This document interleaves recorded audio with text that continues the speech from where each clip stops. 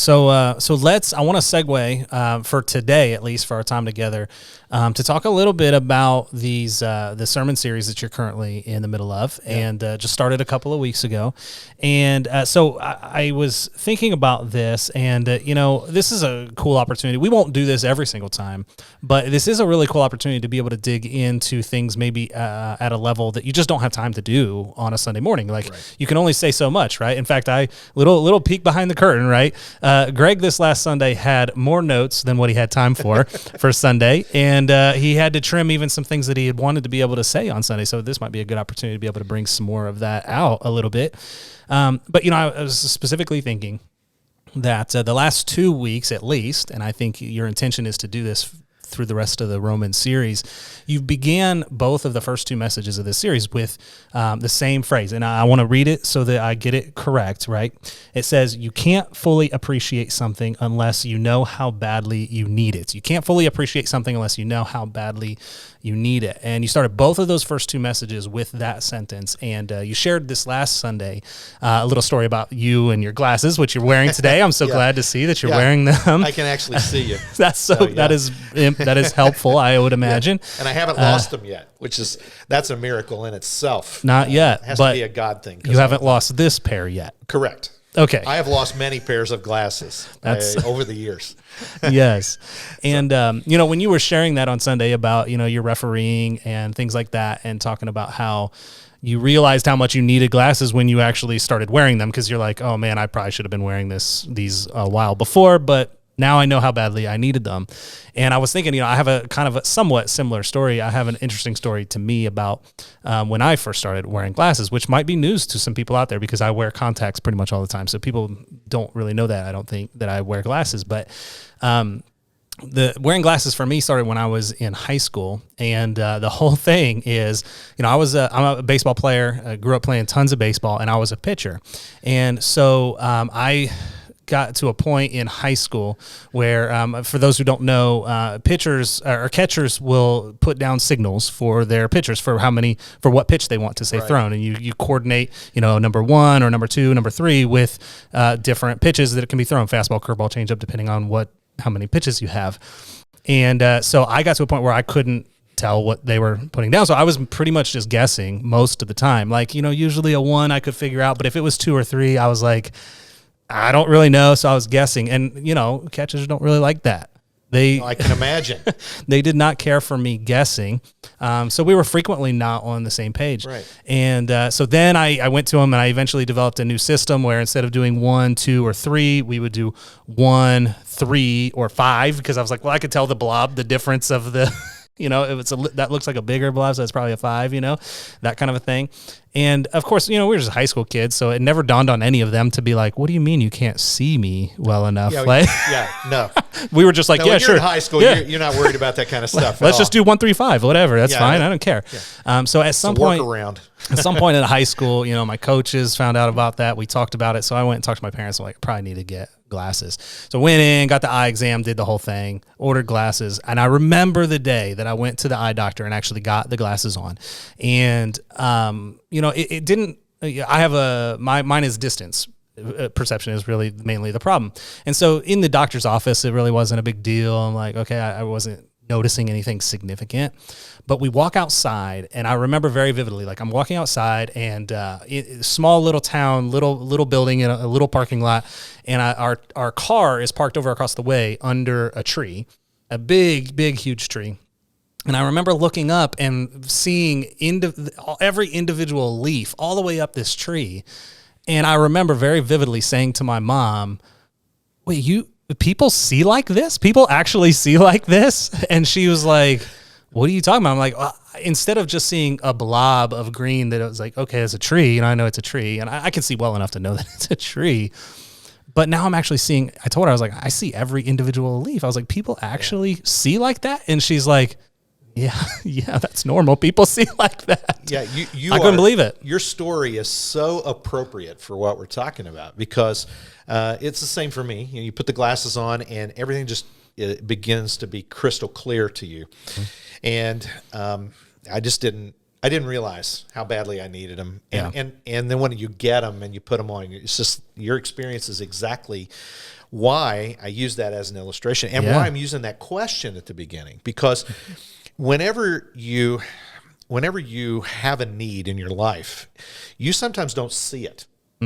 You don't even realize it, and you do workarounds. Oh yeah, just yes, like you I did. did. You did all these workarounds to try to get around it, and quite honestly, that's what I believe people do. And in the series, I'm using the book of Romans from the New Testament, and one of the things that's so clear in there is that there's a great problem that everybody has.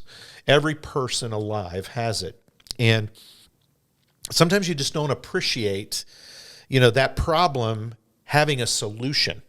And the problem, nobody even likes to bring the word up. Yeah. In our culture today, nobody likes to talk about it because it means that you are flawed, you're broken, and nobody likes to admit that. No, that's hard. It's hard. Even people who know the truth about it, we have a hard time. And Yes, we quite do. honestly, it's just being proud of ourselves or whatever. We just hate to admit it. Either that, or we over the top admit it. We like, hate ourselves to the point, of how broken and what a mess, and nobody's going to love us or anything. But the real problem is sin. That's the big word. Yes. And that sin creates a debt. And that debt is something that's got to be taken care of, because that debt is something you owe because of the sin. And it's between you and God. And God is the only one who could pay that debt. Well, when you think about that, that's what we would call God's grace. He offers grace. He sent Jesus to come to take our place, to pay the debt, so the problem of sin and that debt could be paid for. Yeah. Well, if you don't go back to that and realize how broken you really, really are, you don't fully appreciate what grace is in your life every day. I mean, we're here today. We're doing our first, this podcast. We're doing this that we've talked about for a long time. Yeah. We're doing it because God was gracious to us. He really was gracious to us to allow us to even do this, to even have a friendship between us, to have the positions here at this church we have, the opportunity this church gave us to be a part of the staff and to lead. And now, all of that is a part of God's grace. Well, ultimately the greatest need, you're never going to appreciate something until you know how badly you need it. And we all need that grace. And so that's why I've started it out with that, because we're building on this. The sermon series is called The Gospel Truth. Yeah. And that's a phrase people use all the time. That's cool. To emphasize how true something is. Yeah. And it's true. We have a need, but we don't sometimes realize how badly we need it. And when we realize it, it's an amazing thing. Yeah, absolutely. It's relief. It's like putting on those glasses the first time. For sure. Wow, yeah. Look at what I see. At first, it's kind of this big exploding, like, I can't believe people see like this. I can't believe, how much I desperately needed somebody to act on my behalf like Jesus did. But then, even as you continue day by day in that, it's just this very relieving, freeing, like, can you imagine what it would be like if I was still walking around without my glasses on? Like, your eyes continue to deteriorate, so I have to keep raising the prescription a little bit here and there.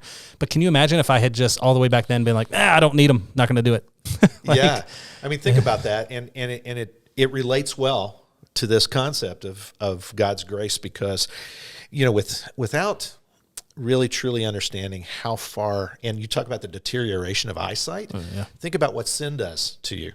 And ultimately, this week coming up, I'm going to be talking about what does the sin and the debt lead to. It leads to death, which not only is physical death, but actually a spiritual death. And God doesn't, that deterioration is just, that's horrible. Yeah. But to think about the fact that he can bring life and he can change it all.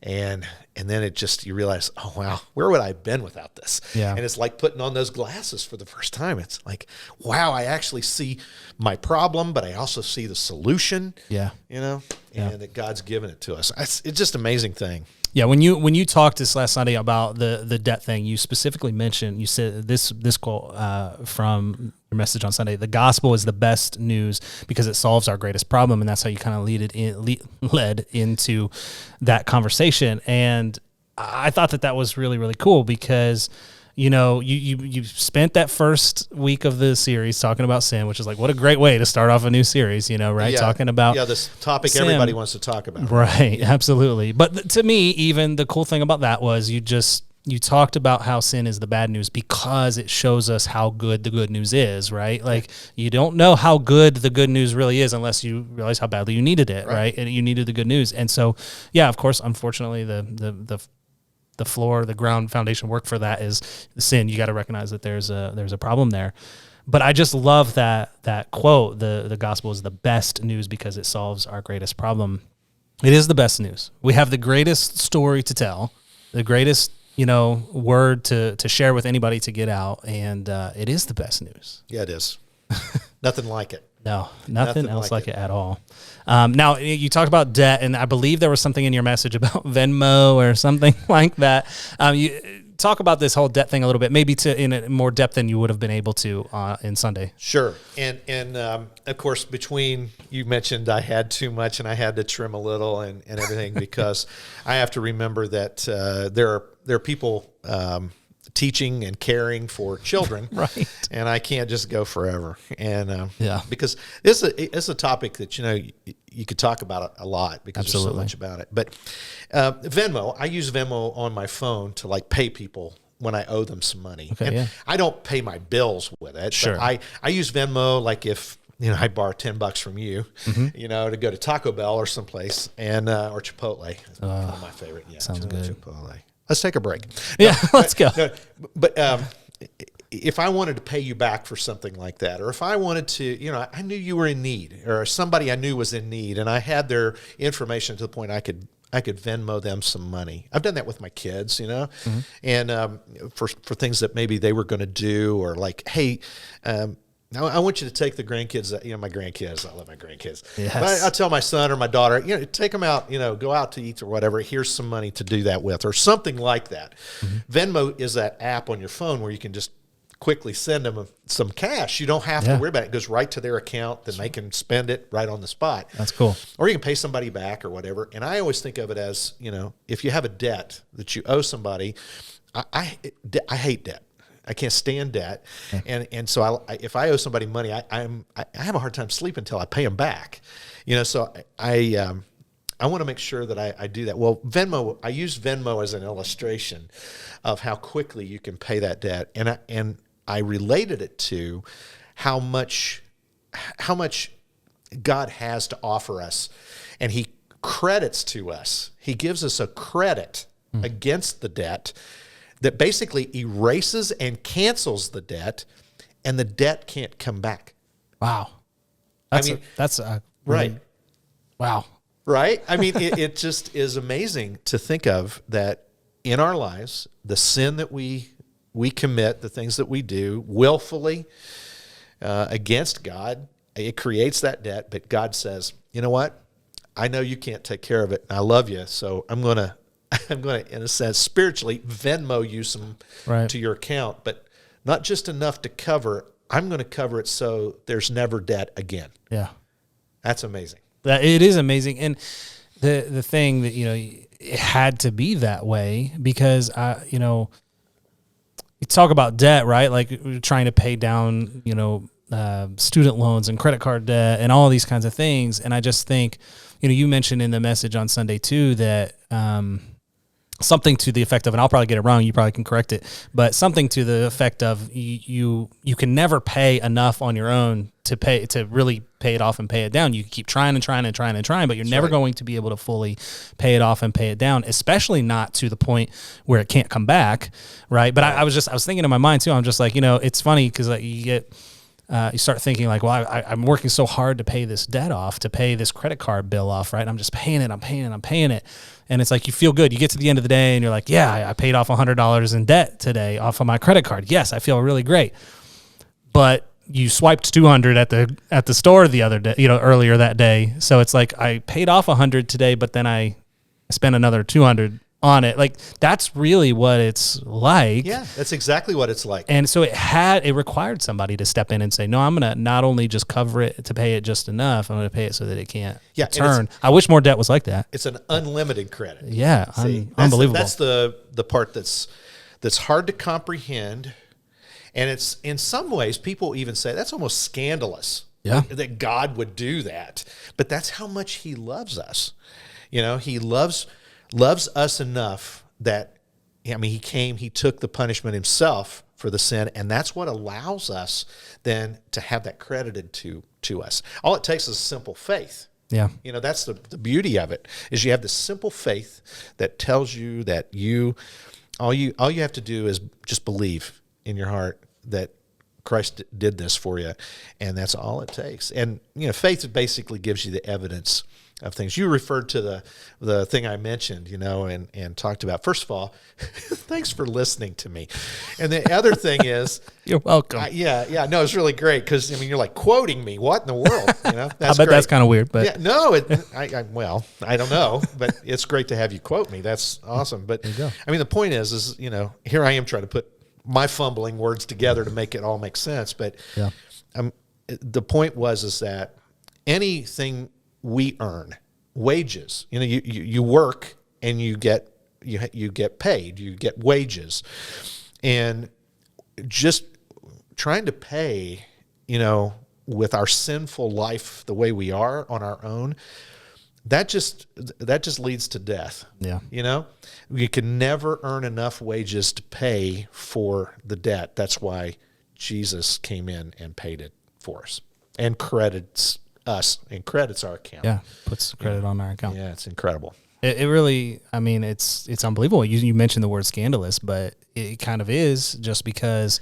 who would do that? Yeah, right. You know, and who would do something like that? Right. Very grateful and very thankful that the creator of the universe, that our Lord and Savior Jesus, did that. But it's an unbelievable kind of thing in terms of, it's just not something you hear. Right. It's just not something you see. Now, it is believable. It did happen, but it's just not common. Right. So, you know, you and I can talk about it this way, but I think of the person who, you know, you may be like listening to us or watching us, and you might say, this is just, I mean, it's great for you guys, but I don't know if it ever really applies to me. Well, let me just tell you, everything that we've said applies to all of us. And it's just not for us, or just for, you know, just for church people. I mean, how do you think we got to be church people? Right. Yeah, exactly. Is because, you know, our eyes were opened. You know, we actually saw something and we really needed badly, and God was gracious enough to give it to us, and to make us something we could never do on our own, and that's make us righteous, make us right. Right. And for all the wrong we've done. And it's an amazing thing. On our own, we'd have to pay for this, and the penalty for that is way far beyond anything. We actually can't even pay it off. Right. It's never paid off. So if we had to do it ourselves, thank goodness God did it. Yeah, absolutely. Thank goodness that he did.